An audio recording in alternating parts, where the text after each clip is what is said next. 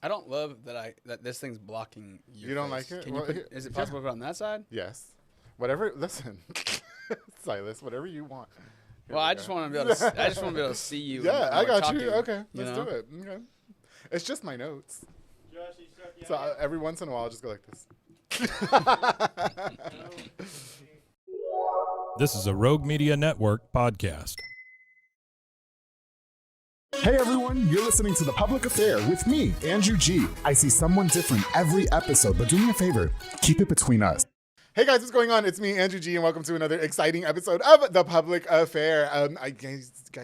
Guys, I just want to thank you so much for all the love and support that you guys continue to show me and the show. I truly appreciate it. Going on almost 5 years of the podcast, I cannot extend my gratitude enough to all of you guys that continue to show me love and support. So thank you guys again so much. And of course, to Rogue Media Network and my boy Mason, who is producing this episode of The Public Affair. I truly appreciate it. And this episode is so special because I have a returning guest who was one of my favorite guests about 4 years ago, going on 4 years ago. I cannot believe it's been that long, but it has been that long. And I'm super excited to dive into some things because he knows that I got some questions. Now, before we continue, I'm definitely going to use this opportunity to give a shout out to just a few of our sponsors of this episode of the Public Affair. This episode is brought to us by David Santabanez with Alinea Real Estate. He's the #1 sales agent in his office and continues to do so at Alinea. Listen, if you guys don't know how to buy a home, he's going to help you from the process start to finish because he's truly the GOAT, and he's going to work overtime to make sure that him and the clients are getting the best deal. Listen, David Santabanez is absolutely recommended. If you guys don't know how to buy a house, you don't know where to start, he's going to make sure that you're involved in every single aspect of the process. So David, thank you so much for sponsoring this episode of the Public Affair. Uy, se habla español también. David, thank you.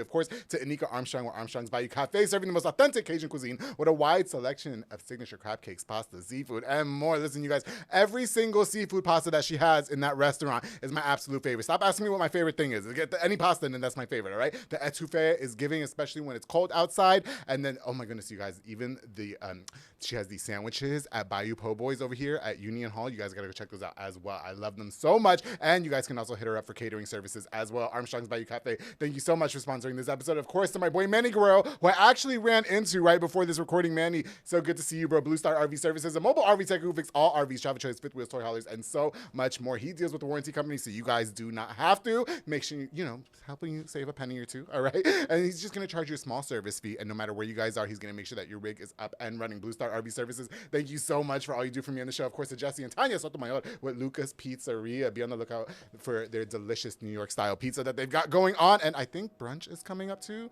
and that's kind of dangerous because once brunch comes up, I'm going to be at 3125 Bellmead Drive at Lucas Pizzeria, tearing it up. Their Philly cheesesteaks, their delicious burgers, their pizza, and more. Make sure you guys hit them up. Lucas Pizzeria, thank you so much. And of course, before we continue this episode, I have to thank my very good friend Jeff Davis at University Mazda Kia. You can him up to get the best deal on a brand new or pre-owned vehicle. Listen, if your credit is and it's just not giving, hit up my boy Jeff Davis. He's going to make sure that he works overtime to get you the best deal and rolling off the lot with a grin on your face. Jeff Davis, thank you so much for sponsoring this episode of The Public Affair. All right, guys, as you can see, the room looks a little bit different because the guest he's more, I think he's more of a diva than me. I don't know.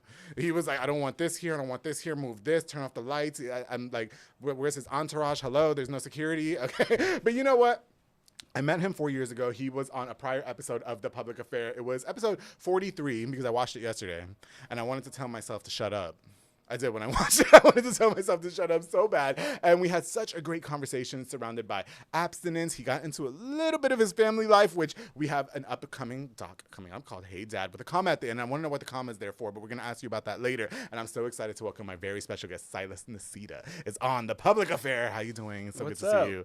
It's good to see you too, man. I forget just how fast that you talk.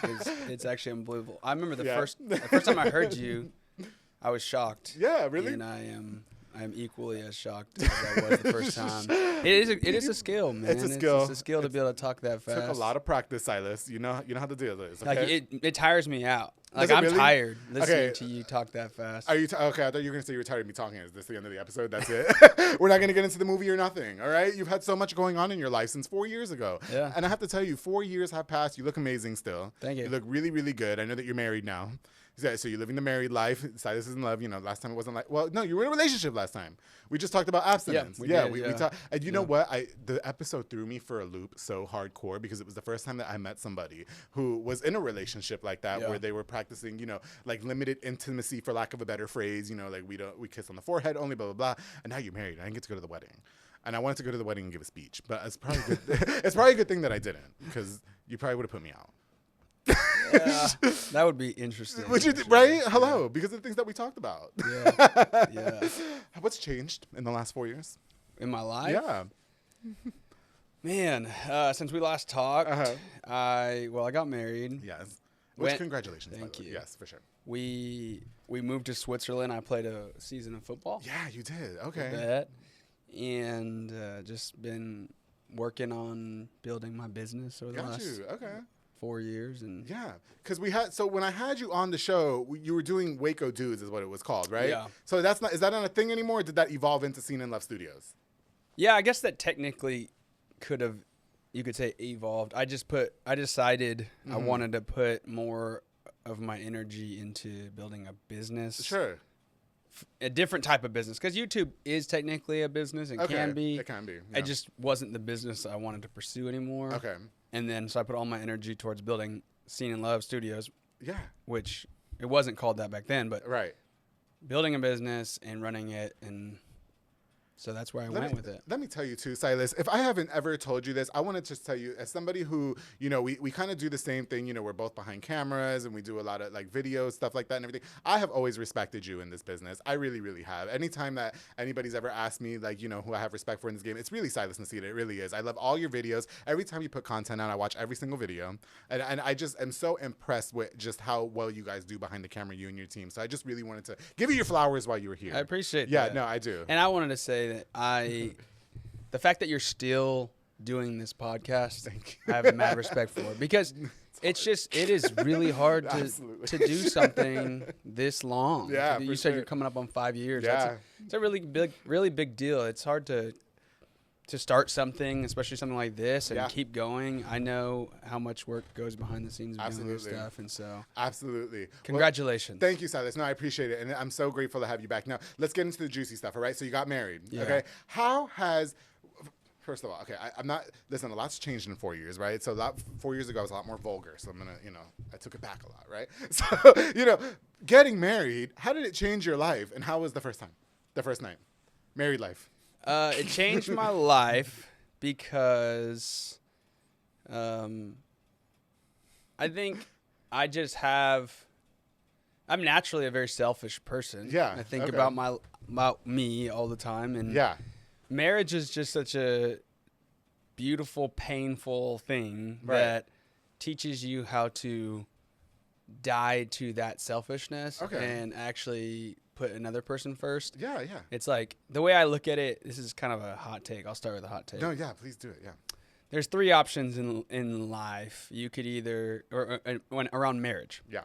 Either you change for the better, or you get divorced. Okay. Or you stay married for a long time, but you're miserable. Oh, yeah. Like, if you don't change for the better, like, you can't be happily married. Okay, I got you. That's what I think. Yeah. And so, marriage it's been hard. Yeah. It's been good. I'm a better person because of it. Okay. I wanted to ask too, because a lot of what we talked about in episode 43 that really was like my favorite part of the whole entire conversation was the fact that you were practicing abstinence. Yeah. And it's not like you were a virgin up until marriage though, because we talked about how you were addicted to porn and stuff like that, and you were around the way and everything like that. Yeah. And then you had made a decision to be celibate until marriage, and so I wonder, is that something, looking back now, you would still do again and recommend to somebody who wanted to? Yeah, absolutely. I mean, I think that sex is a very, very powerful thing. Yeah, okay. And that can be good or bad. Like, sure. Power is inherently, just the idea of power is not inherently bad or good, right? Okay, yeah. How you use power is what makes it good or bad. And so sex, I think marriage is the best, is the place where sex can be used, and it's for good power. Okay. But it goes far beyond that, because so much of the idea of sex in a good way has entirely to do with where your heart is. Yeah.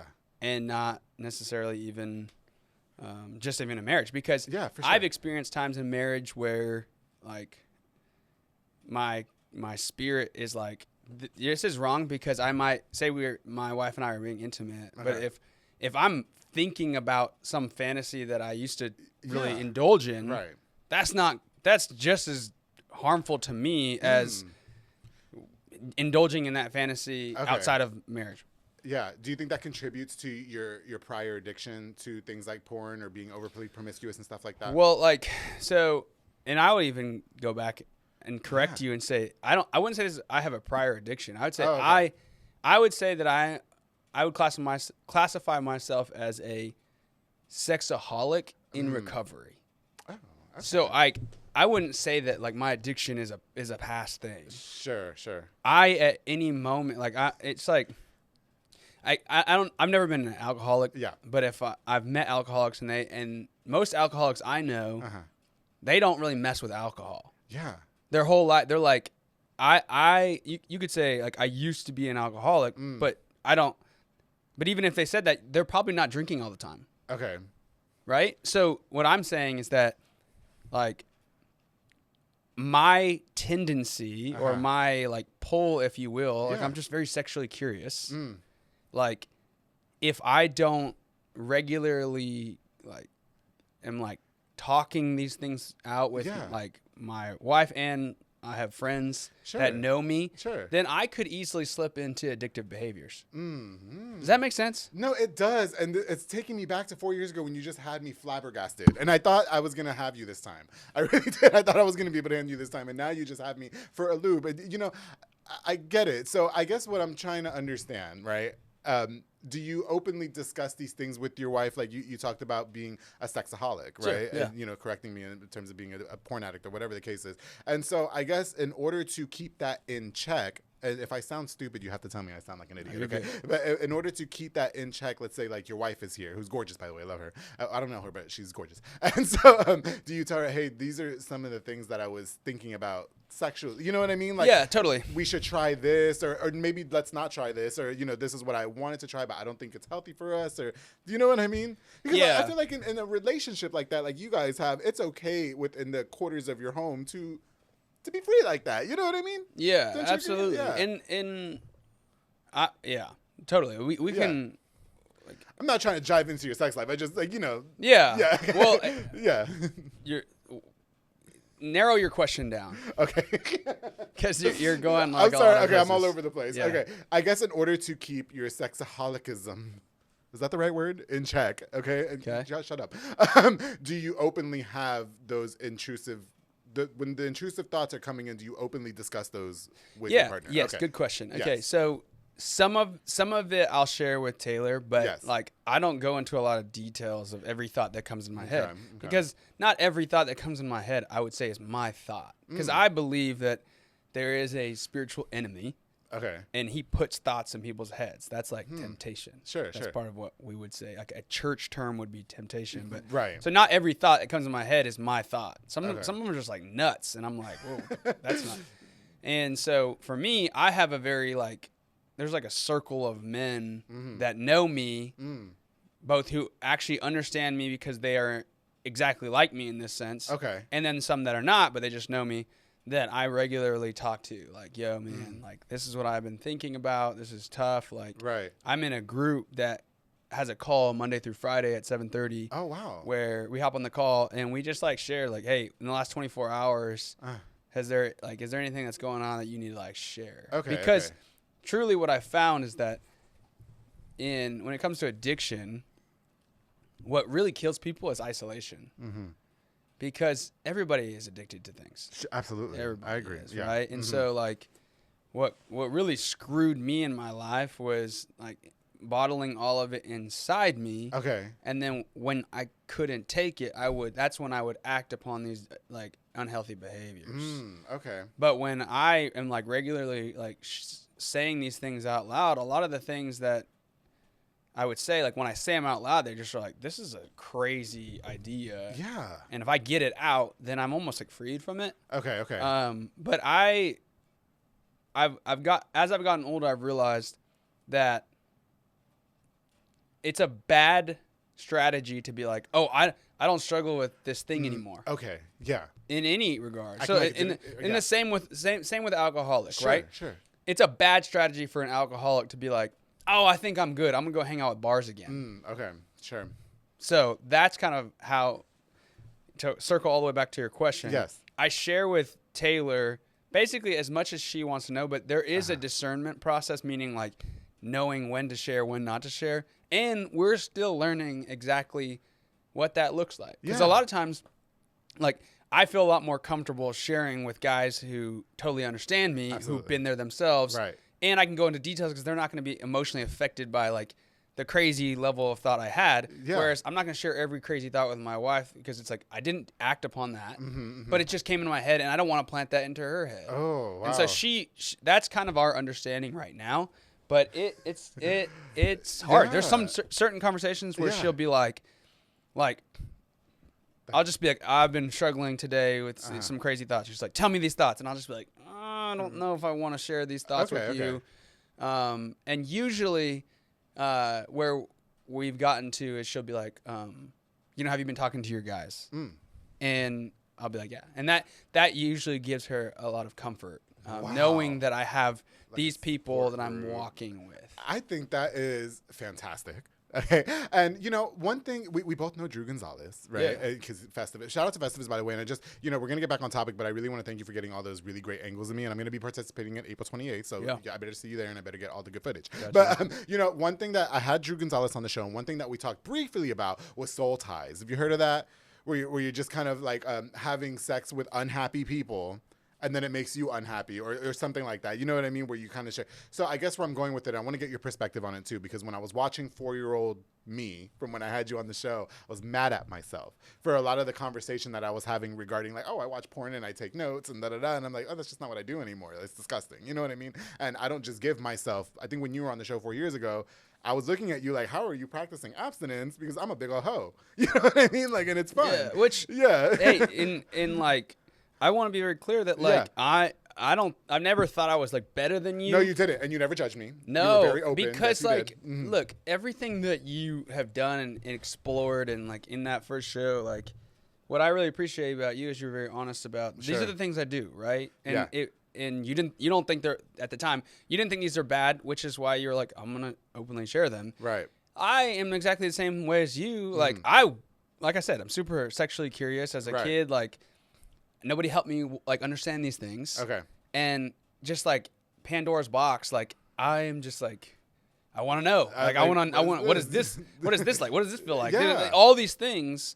And as I've gotten older, I've just come to realize that it is not in my best interest to just let myself do whatever I feel like doing. Yeah, for sure. Because that doesn't usually end well for me. Right. So even with the whole practicing abstinence thing, that was my strategy of like, all of this history of my life, this hasn't worked. Okay. So I'm going to try a different method. And that was kind of like, that's why I'm doing it. Was it an effective method? Yeah, I think it was effective. Okay. Yeah, for sure. Well, and I guess where I was going with the question, which is great, by the way, where I was going with the question is because at the time, and when I was talking with Drew about it, I caught myself sleeping with all these people, but all these people had issues, right? Let's say like some of them, and I was open on the show about this guy, so don't be trying to, throw stones at me. A lot of them were married, right? A lot of them were already in relationships, and a lot of them were, you can't be doing that with somebody who's a married relationship, goes home to kids and a wife, and then they're happy. So I felt like a lot of what contributed to maybe even last year, 2 years ago, just mind F for me, depression, if you will, just like unhappy with myself. I don't like the way I look. I don't like the way I feel. I don't like the things that I'm doing. I feel like that contributed to it. I was just giving myself to so many different unhappy people. And so I started learning about soul ties. I wonder what your perspective on soul ties is. Yeah, I mean, I haven't thought about that specifically very, very long. Drew kind of like, he just like understands or thinks on that like spiritual level of when it comes to these things a lot more than I do. Okay. I would just, the way I interpret like a soul tie is just that like, whenever you have sex with a person, you are connecting with them in this powerful spiritual way. Right. And like, you're almost like taking pieces of yourself and you're putting it in different places. Right, right. And like in the same way that you wouldn't just, or you shouldn't just like totally trust every single person that you see with your like closest, or like maybe this way, you wouldn't just give any stranger a key to your house. Right. Right. It's like almost like it's not really wise to do that. And I would say it's probably even more so with your own body. Like if your body's a house, you don't just give everybody the keys to it. Right. Yeah. To come in and trash it. And I agree with you. And it's like now, I think at the time when all these guys were hitting me, you know, you saw me like lose weight and everything, so I was all feeling myself. So I think when all these people were hitting me up, I was like relishing it. You know what I mean? Sure. And I was like, okay, got you. Now it's like, I'll tell you, it happened last night and like at 2 a.m, and I was so disgusted with that person. I was like, what are you doing messaging me? You know what I mean? Like, go to sleep. Go do something with your life. You know what I mean? No, it's not happening. Goodbye. And I was proud of myself for, you know, being resilient. And like, you know, 4 years ago, me would have been like, yeah, come over. Who cares? Right? Yeah. And so it's just like, I see things differently now. And when I was watching our last episode, I was like, I would go punch myself in the face. Like, what the hell was your problem? You know what I mean? So I don't know. You know, so I guess in a sense, just to kind of circle back to my first question, would you recommend it to somebody who was a sexaholic or is a sexaholic, and you're like, you know what, you met this really nice person, why don't you try to hold back a little bit until you guys get married and see what that's like? Yeah, absolutely. I would recommend it because, see, yeah, sex is really difficult because if you're an alcoholic and it's like caused a bunch of problems, it's pretty like reasonable to just be like, just don't ever drink alcohol again. Sure. But sex is different because it's like you get married, you can't just say don't have sex with your spouse. Yeah. That's not a good plan either. And right. so it's very difficult to live both. Like it is something that I have to daily think about. Like I have to daily consider what it is. And I would say right now I'm kind of like relearning what true sexual intimacy should be. Even now, like I'm still learning. Like, I feel like sure. My wife and I are on this journey, and it's a long journey of what does sexual intimacy look like. And so my thing is that sex is a powerful thing, but it is not the most important thing. Right. And I think that if you're going to be in a relationship with someone, you should be pretty dang committed before you have sex because of how powerful it is. Right, for sure. And so my recommendation, honestly, to anyone is to, I don't think you should have sex before marriage. I mean, that's kind of traditional belief, yeah, sure. But I also do see like a lot of research-backed stuff that says like it's better. Yeah. Did you ever find yourself having to defend what you were doing though? Because I remember, I'll tell you this. I don't know if you were aware, but when the episode came out, I remember a lot of people were like, either he's gay or he's cap, like he's lying. You know what I mean? There's no way that anybody can do that. Yeah. And I think at the time I was like, well, he was pretty convincing to me. Like I believe it. You know what I mean? And so, did you ever find yourself having to defend your position, or was it just like you didn't really get any of that? No, not really. But like I would say that the circles of people that I hang out with, that's more of like like it's almost like everybody expects that in like the most of the circles that I operate with. Yeah, for sure. Like the people that are listening to your show are not really in those circles. Right. No, and not to say one is better than the other, but the point is that I also understand them. Like I totally get that. Right. Especially like if you given my track record at the time, right? Every relationship that I had before then, I didn't do that. Right. I couldn't do it. Sure. And that was like when I was coming on that show, I was like, I showed up and I was like, I'm not practicing this because I am holier than thou. Right. I'm practicing this because I have failed every relationship. Right. And I'm gonna try something different. Okay, gotcha. Yeah. Well, big shout out to you and Taylor. I'm just so happy that you're married now. You look happy, you look great. I didn't say this, but we did not kiss before marriage. No, yes, you did say that.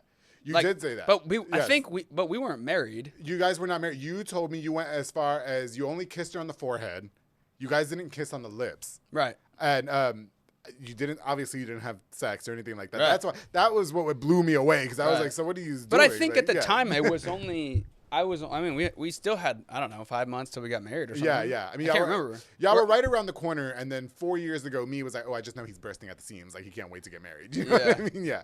Yeah. But I mean, but here's, like, sex isn't this thing that's just like, oh, now I'm fully satisfied in my life. No, it's like, you know, like even, and this is, I think, a very like touchy subject, not touchy, I would say like a subject that people like in the church don't communicate enough, is that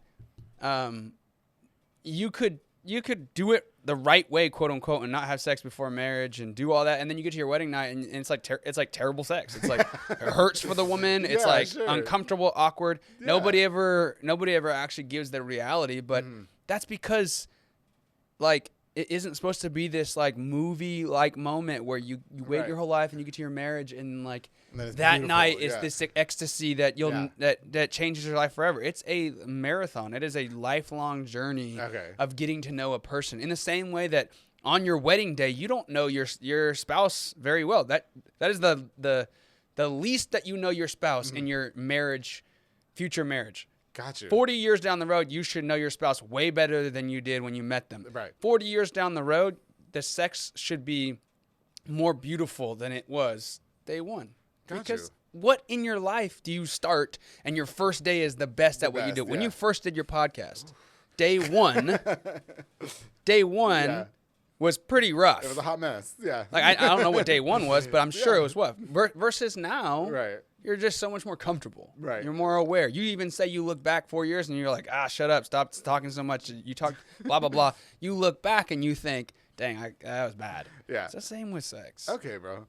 I respect that. I got you. Silas, thank you for all that insight. I truly appreciate it. I didn't mean to make the first half of the episode all about sex, but, you know, that's what you all right. want there. I mean, it's a big part of my life. Yeah, okay. No, I mean, yeah, kudos to you. A big shout out to you and your wife. Now, listen, the reason why I wanted you to be here is because I was so intrigued with watching the trailer to your up-and-coming documentary, Hey Dad, because I know that you shared on the last episode that you didn't really have dad around growing up. No. Okay? And so we're going to learn more about that here shortly, but you guys, we're going to take a quick break, and when we get back, we're going to have more of my very special guest, Silas Nacita, here on the Public Affairs, so make sure you guys stay tuned.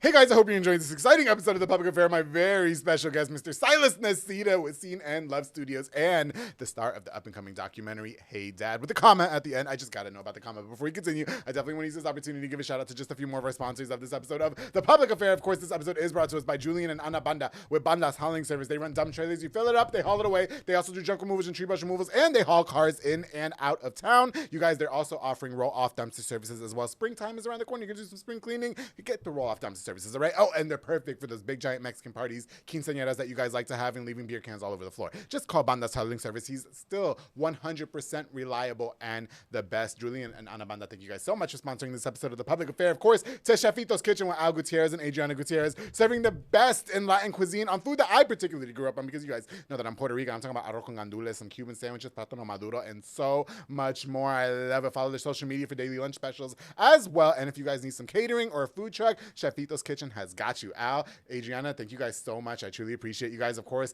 to Dominic Gutierrez and Ariana Gutierrez, Soko Soccer Academy. You guys are offering team, small group, and individual skills training and elite skills training to make your kids superb star athletes. You guys, they have their new building over here at the old D1 5100 Franklin Avenue, and they are doing their thing with upcoming leagues and more. So make sure you guys are following their social media. And of course, I want to give a huge shout out to the Soko Soccer teams, Coach Morrow, Coach Megan, Coach Jeff. You guys are truly the GOAT, and I don't think kids are getting, they're doing so good with you guys, and they have any better direction than with the three of you guys. So big kudos to you guys, to Soko Soccer Academy. Thank you so much for sponsoring this episode of The Public Affair. And of course, to Myra Rosales with Strike a Pose Photography, a digital photo booth business. Perfect for private events, parties, corporate events, and so much more. And if you guys need individual photo shoots as well, my girl has got her own photo studio now because she is coming up and she's the GOAT. That's why Strike a Pose Photography is also offering up and coming Easter specials and Mother's Day specials. Make sure you guys follow her social media at Strike a Pose Photography. Myra Rosales, thank you so much for sponsoring this episode of The Public Affair. All right, guys, I'm so happy to have my guest here, Silas Nacita.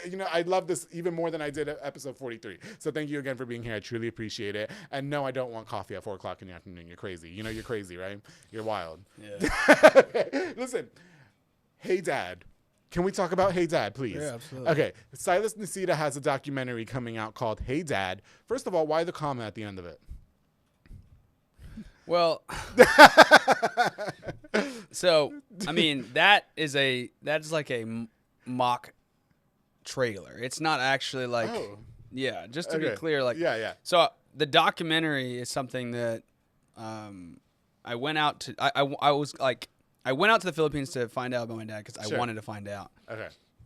But then since I was going, I called a friend of mine and I was like, hey, would you just go with me and shoot some stuff? He actually made that trailer. Oh, okay. So I didn't actually make it. He made it. I am going to produce a documentary at some point, either like a series or a just a feature length. Right. And so he made that. I actually don't know what his idea behind the Hey Dad was. So so it wasn't even intended as like a documentary in the beginning. You were just going to the Philippines to find out about your dad. Correct. Okay. Yeah. But then because I was like, man, this is like really powerful. It's a powerful story. And I had a kind of the perfect guy who wanted to get into doing documentaries. Sure. Who's a good friend of mine, and I just said, "Hey, you want to go with me?" And then he ended up shooting, and he made that trailer, bro. And I was like, "Well, now I have to make." No, yeah, you do, because let me tell you something. I'm gonna share it on my social media, so you guys go check it out. But that is a very convincing trailer. If that was his first time, he did a hell of a job. Let me tell you that right now. I mean, we have you crying, we have you with your family, we got just every single shot, and I'm just like, whoa, this guy. We have to start from the beginning, right? And I just wanted to know about the comment, but we have to start from the beginning. You make the decision because you didn't grow up with dad in your life. Right. Dad was out, he was absent. So now you're every bit of 21 years old. No, you're not. So what gave you the revelation to make the decision to say, you want to know what, now is the time to do this? Oh, I told you about my divorce. Yeah. Right? No. Did you tell me about your divorce? In episode 43? No, I don't think we talked about your divorce. I was more on the sex stuff, to be honest. I'm not gonna So when I went through divorce in 2019. I was like, maybe a year. I knew you were previously married, but I don't know that we got into detail about the divorce. Well, that whole thing just like wrecked me. Like, right. Rock bottom. And during that rock bottom, I was just searching for my identity. Like, who am I? Who really am I? I don't know who I am. When your world gets shaken, that's when the truest questions, or the most important questions, start to come up. Right. And who am I was one of the biggest questions. And I started doing all this like just heart work and searching my heart and like what's going on. And I found at the bottom of all of it that so many of my issues came from my dad being gone in my life. Now, and for context, just because if anybody's wondering, he was not present either your whole life or majority of your life? He left when I was 2 years old. Then he was popping in and out of my life till I was like 12. And then he died when I was 16. Okay, got you. I had no relationship with him though. Okay. So, yeah, that made me really search that out. Okay, got you.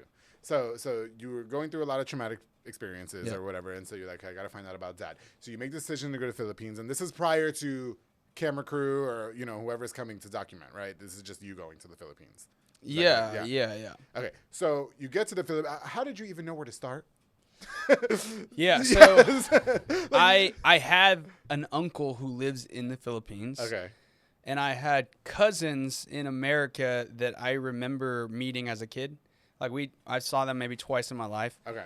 But then I saw them in 2023 at Thanksgiving, and it just made me be like, I gotta go. And so my only contact was my uncle in the Philippines. So I only had a one-way or a ticket in and a ticket out. I had nothing else. Right. And so I was like, I'm just gonna go and see what happens. And so when I got there, that's when I met him. And then when I was there, basically they were like, well, you should probably go to this island. So I flew to the island. Yeah. And then while we were there, they're like, you need to go to this little village in this like mountain. So we went to this village in this mountain, and it was kind of just like following breadcrumbs around the Philippines and finding answers about them. So you just kind of went in there blind, though, right? Yeah. And so you don't think there was like you're not familiar with the Philippines, are you? Like it's not like you've ever been. So you weren't nervous or anything like that. No. I mean, I lived in Europe and traveled a lot. Oh yeah. So I'm pretty familiar with traveling. What would you say was the hardest part about finding out about your dad? Was there something that you found that, without spoiling, right? Because we're gonna see the documentary hopefully at some point. Don't make us wait too long, bro. Yeah. All right. Was there something that you found out and you were just like, bro? Well, I think, I mean, he had like arrest warrants and stuff. That was kind of disappointing. I found out a lot about just like the poor character that he had. Okay. But I think the hardest part was me actually accepting that he had good qualities. Really? Yeah. So there was a lot of things that I learned where I was like, wow, like he seems like a great guy. And that was part of the frustrating part for the first like 3 or 4 days I was there. I'd meet all these people and then they'd tell me how awesome my dad was. Okay. And I was like, no way. By what standards, right? Yeah, because he wasn't a good dad. Because like that doesn't add up from everything I've experienced, you know. So it was like, it almost made me mad. It almost made me mad. Like, stop just telling me the good things about him. I don't want to hear. Right. I know it's like R.I.P. You know, to the dead guy, but it's like, I'm here for answers. I'm not here for a eulogy.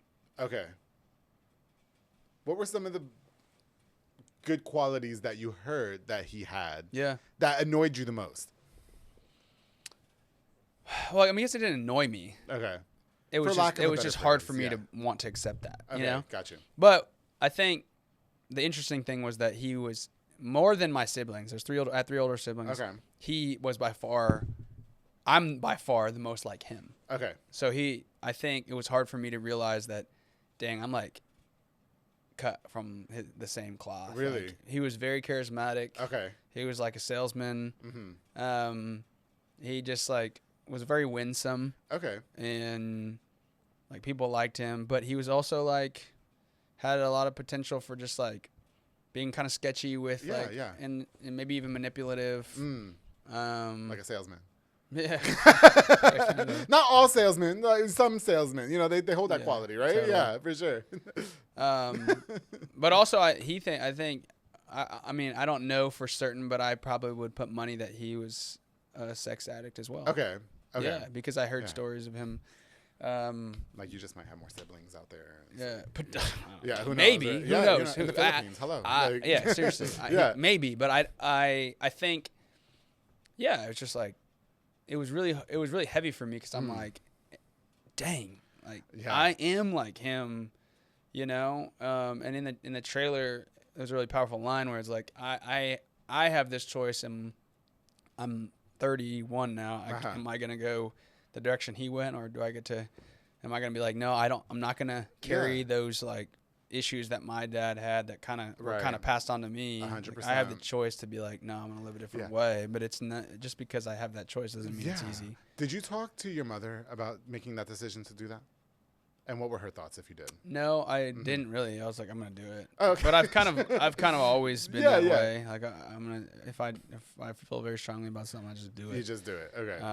But that was another reason I was really interested to learn, because I grew up in a very like hide everything family. Okay. Like, we hide all our problems. Yeah, for sure. Very, very like kind of like I'm realizing an entire generation of church culture is just like hide all the things that you're ashamed of and don't actually like tell people about it. Yeah. And so I'm kind of like trying to live that opposite life where I don't just hide everything. Do you think going out there and finding things out about your dad, who had, you know, and essentially deserted you, is that fair to say? Abandoned you. Okay.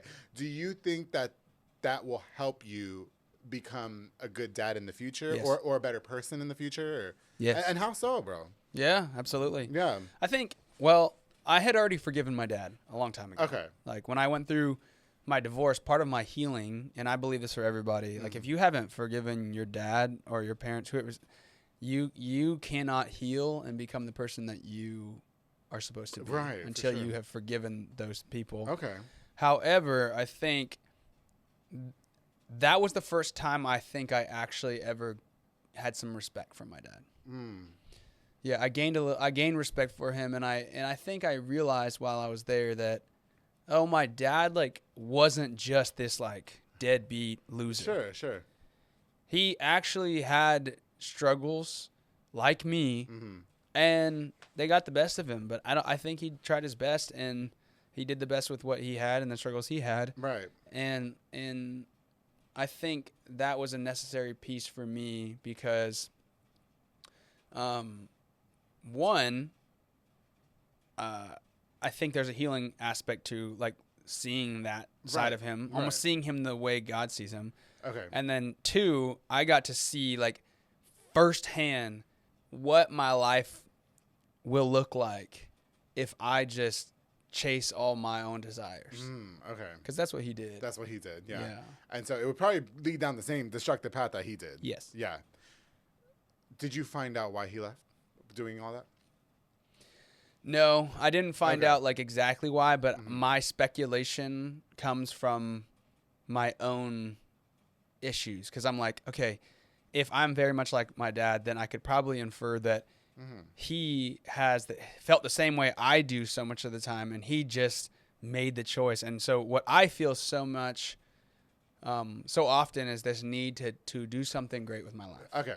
I feel this pressure to do something great, and I'm getting healing and letting that go. Yeah.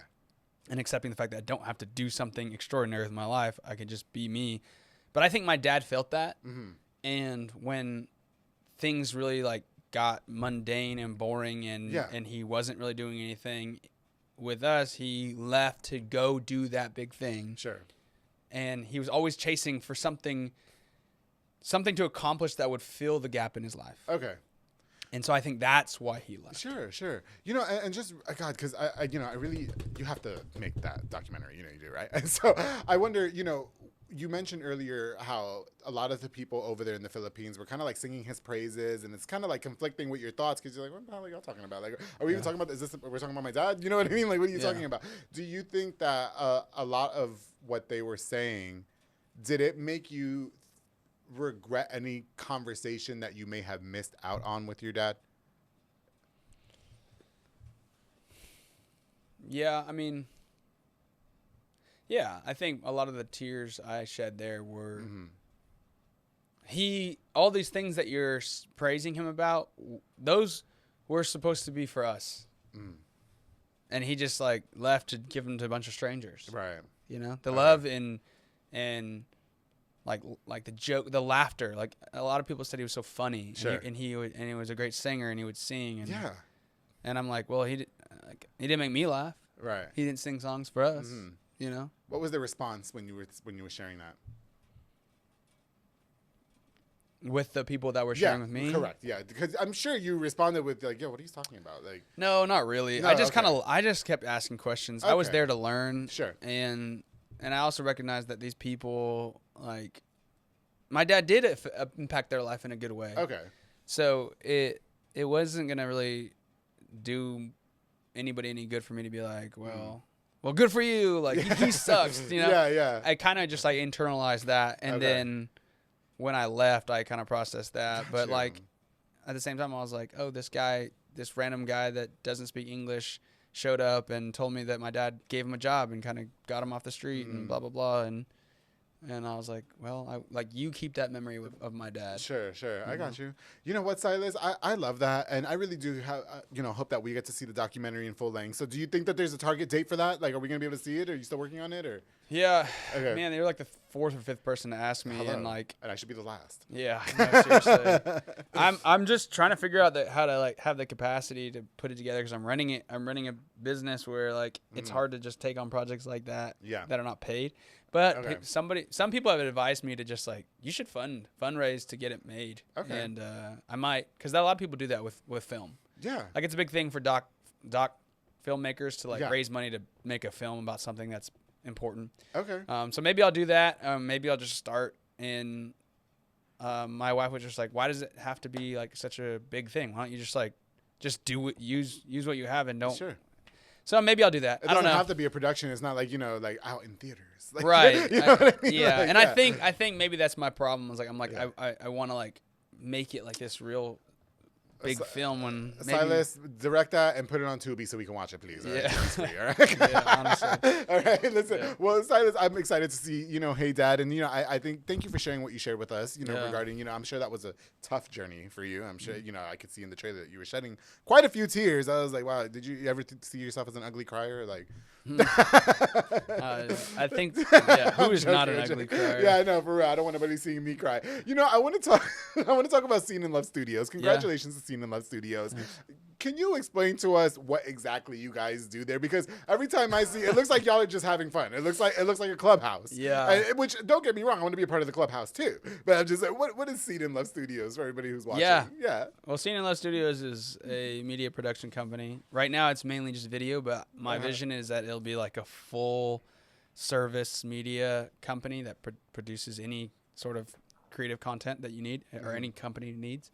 But it's pretty simple. Like right now we make videos for people and our mission is to make others feel seen and loved. Okay. And it ties in really well. Like practically a lot of the stuff we do is like creating stories that really showcase what makes people special and wonderful. Yeah.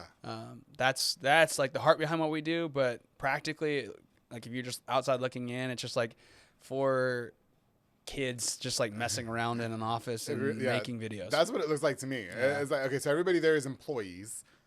You're employees, correct? And they get paid to take on these projects. That's what Seen and Love Studios is. Yeah. Yeah. Okay. No, that's what. Because I watched the video yesterday. I was like, so what do they do? Like, I'm proud of you, bro. Don't get me wrong. You know, I've been praising your, singing your praises to that studio since you built it. So congratulations, kids. Thank you. You know, Silas, if I recall correctly, if I'm thinking back to the episode, or even when my friend Marcus Cordero, when he was introduced me to who you are, you started like in an apartment, didn't you? Yeah. It was just like, I slept in the closet, bro. Yeah, that was right. Your apartment was the. Yeah, I turned the apartment into a studio, slept in the closet. Yeah. I had my one area was like the computers and all the editing side, and then the other side was where we actually filmed stuff. And then I just slept in the closet because I was like, I had a dream to build a business, and you did. You got to start somewhere. And you did, and I'm very proud of you for that. I really, and you're podcasting a little bit too, right? Like you were doing some interviews and stuff like that. Yeah. Is there any upcoming projects that you can kind of tease us on and that we should be looking forward to see?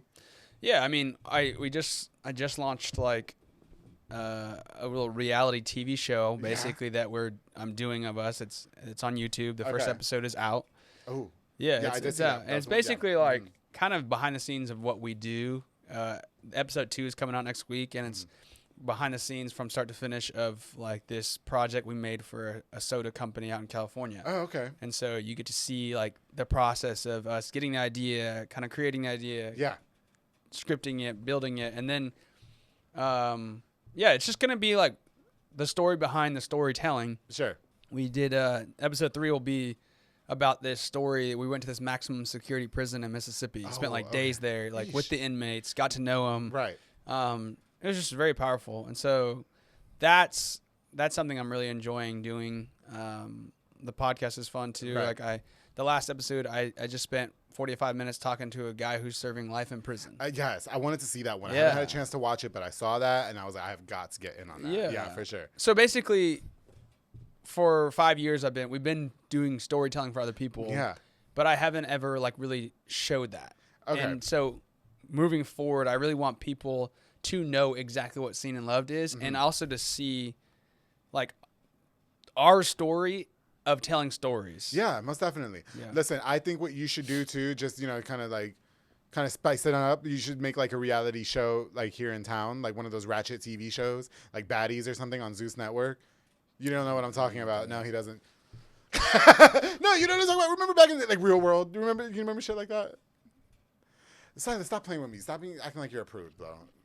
I don't know what that is, dude. My mom didn't let us watch TV growing up. Oh, okay. I was going to say, you never watched The Real World or something like that? You should do a trash television show and you would get all the ratings. And then I'll be your star in it, okay? Yeah. Not that I'm trash. I'm just saying, like, I would make for good TV is what I'm saying. No, I do want to sing you praise to the production value in all your videos because everything looks so phenomenal. Your team looks like they have such a good time working with each other and with you. Do you find it hard keeping a solid foundation for your team and keeping the energy high and up, or do you think it just comes natural? No, I think, culture, it's the culture, culture is so powerful. I'm sorry. I just can't believe you don't know what The Real World is. I feel like an ass. Like, what is it? Bro, you've never seen The Real World or Bad Girls Club, like from back in the early 2000s? Is that like MTV? It was like MTV. And Bad Girls Club was on Oxygen. But now they have this thing called Zeus Network. You would not like any show that's on there. You would not like it. But is it on like regular television? No. They're apps now. Now Zeus Network is like an app. Yeah. But Real World was on the TV. It was like cable, Yeah. They put people in a house. Okay. And is it like Big Brother? Sure. It's like Big Brother. Which I've actually never seen, but I know the concept. But it's kind of like Big Brother. You put these random people in a house and they all have eccentric personalities and they're living together, and every day they do things together, like they have a job or they, go to the beach, and this day we're going to go to the club or whatever. Would that be like on the same lines as Jersey Shore? Yeah, but I didn't F with Jersey Shore. stereotypes. Okay. Yeah, but it's kind of, I guess it's kind of like that. Yeah. Okay. Bro. Yeah. Okay. Just, Sorry. If you're ever just trying to spicing it up, is what I'm saying. I'm not saying don't do that, right? I don't want to kill your character. I'm just saying, Okay. Silas, thank you for coming on. What can we expect? What's next for you? What's next? Yeah. I don't know, man. I'm just like living my life. Oh, you need to do. Well, no, what's next is I'm going to bring you on my podcast. Oh, okay. I'm going to ask you questions. You know, you can ask me whatever you want. Well, I didn't want to commandeer your podcast and ask you a bunch of questions because this is your thing. Okay. But I do want you on my podcast because I want to ask you questions. Do you have ideas already in your head, like what you want to ask me? Yeah, absolutely. I want you to know that it's you ask whatever you want. Yeah, I'm excited about that. Okay, well, and I do appreciate about you because I do think like it's funny on the way up here. I was like talking to this guy as I was walking in, and I was like, I gotta go. I'm going on the Super Gay Guys podcast. What he said? Because you ass. Because you know what I say now? Can I share this with you? When I ask people if they know what the public affair is and they say yes, I say, okay, now when you see the public affair, do you roll your eyes and keep scrolling, or do you really like it? Well, I'm not I like somebody who's not afraid to just talk about the realities. Exactly. So I'm not afraid to be like, okay, look, this dude is gay. Yeah. And he's fine with it. I'm going to say it. Like, I don't need to be like, oh, I can't say these things, you know? And I also want to ask you questions from your perspective to just open people's minds to like, Silas, all you have to do is tell me the time and day and I will be there. All right, we'll do it. All you have to do is tell me the time and day, and because I love sharing myself. Like that, but I love sharing things about myself. Yeah. I love being open. Yeah. And that's what I always want guests when they come on this show.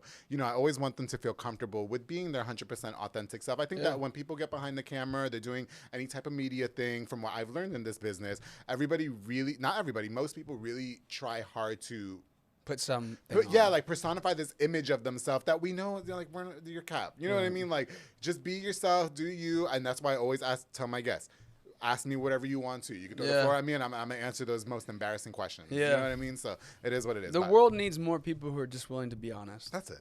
That's it. You know what I mean? And I still get lots of endorsements for being myself. So hello. I'm gonna press you though. Like, bro, what's up? I'm in. You think you got me? I'm about to take Scene and Love Studios and flip that upside down. Don't play with me. And you know, while you're telling them, oh, that Super Gay Guys podcast, tell them how hard I was going at Festivus, all right? Because you made sure that camera was on me. Sure. That was sure my ass. Okay, I got third place. And that was a hard third place. Okay. I'll see you April 28th. No, hopefully before that, okay, on your podcast. Yeah. Silas, thank you for coming on the show. And, it's always love. And before you go, I want you to know, honestly, I truly have, and I'm not just saying this for the cameras, I don't even take my headphones off. Like, I have this tremendous amount of respect for you, the person that you are, and the things that you do, and in the media side of things, and just your work ethics. I love how you go so super hard on everything that you do. You're very dedicated to things, and I not that I aspire to be, I kind of aspire to be like that, not like you, but like that too. I hope that, you know, as my career progresses, I can find the drive to go as hard as you do on everything that you put your hands on. So I just wanted to thank you for that. Yeah. Yes. Well, I appreciate you. No, and I mean that. You guys, that was Silas Nacita on this episode of The Public Affairs. Silas, thank you so much for coming. Oh, wait, if anybody needs to, just real quick, a lot of people want to do trailers for things. A lot of people want to make video quality things and stuff like that. How can we get a hold of Scene and Love Studios? Just go to our website. It's www.sceneandlovestudios.com. There's a whole booking section on there. I saw that. Yeah, you can book. And so that's good for like my realtor friends, right? That want to make like videos of themselves and stuff like that, like promoting them, things like that. Is it, yes and no? No. I'm not saying realtors, just realtors. You know, like, maybe you're opening a business and you want to make like a little montage. You can always just reach out and we can tell you if we do it or not. And then the podcast of me going to Scene and Love Studios, so I could be Scene and Love, is coming up very, very soon. And he better not make me wait as long as he's making us wait for Hey Dad. Because next week. Don't play with me. Put it on the calendar. All right. Before we leave. Hold on. Yeah. Hold on. Oh, my phone was on. Thank God nobody called. You guys, as you could look, we're booking right now. What do you tell me? What day and time? Let's go. Monday. Monday? Perfect. At 3:30 p.m. I'm in. I will be there Monday at 3:30 p.m. I'm putting it on my calendar at Scene and Love Studios. So make sure you guys get that. That podcast will be out very, very soon. And thank you guys again so much for tuning into I got it on my calendar. For tuning into this episode of The Public Affair. I truly appreciate it. Now, before we go, I definitely want to use this opportunity to give a shout out to just a few more of our sponsors of this episode of The Public Affair. This episode is brought to us by Jeffrey Morales with Pollo Box and Audio Home for all your LED needs and auto accessories, installation of stereos, door speakers, and audio systems. He also specializes in building custom subwoofer enclosures and so much more. Definitely a jack of all trades. And if you guys see me pulling up to Scene and Love Studios with Cheetah Girls bassing louder than everything, it's because he put the bass in my car. What am I supposed to do? All right. So that's going to be me. I'm going to pull up just like that. I promise. No, I'm sorry, Silas. It's Pollo Box and Audio. Thank you so much for sponsoring this episode of The Public Affair. Of course, to Sid Rodriguez at Elite Barbershop, who did my hair today. Sid, thank you so much for doing my hair for more than 200 and... God, is it 50, 230s, 200 and something episodes of The Public Affair? My longest running sponsor of The Public Affair has been Elite Barbershop, and Sid makes sure I look super snackish and fresh for all my episodes. Make sure you guys go check him out on Hewitt Drive. You can also book with Marcus Guerrero, Chris Reyes, Santos Cordova, David Rodriguez, Isaac Chavez, Clint Fletcher, Isai Reyes, Sam Ceballos, and Kayla Chapo to make you look as snackish as I have for all these episodes of The Public Affair. Elite Barbershop, thank you so much for sponsoring this episode of The Public Affair. Of course, the Ana Limones with Hummingbird, party, backdrops, and decor. Call for all party decor, including beautiful boom props, giving an extra flair to your party or event with a number of wooden backdrops as well. Sabla Español, my girl, puts 100% dedication into making sure that your party stands out amongst the rest because she's the GOAT. Ana Limones, thank you so much for sponsoring this episode of The Public Affair. And last but not least, to Julio Arriaga with JC Painting and Drywall LLC. Contact for all drywall and beautiful new paint for your property, both commercial and residential. His work is honest and true and can guarantee 100% satisfaction. Truly living by his slogan, just imagine, and we can make it happen. Se habla mucho español. Muchas gracias, güey, por todo. Julio Arriaga, thank you guys so much. Thank you all so much for tuning into this episode. I got more of The Public Affair on the way. My exclusive interview with Scene and Love Studios, Silas Nacita, will be coming out very, very shortly. So make sure you guys stay tuned for that. And don't forget, whatever I say on that show, to always keep it between us.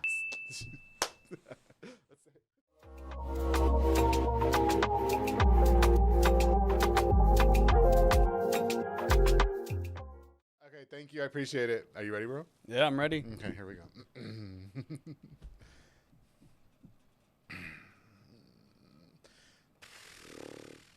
I'm not ready. Hold on. Whoosh. Okay, I'm ready.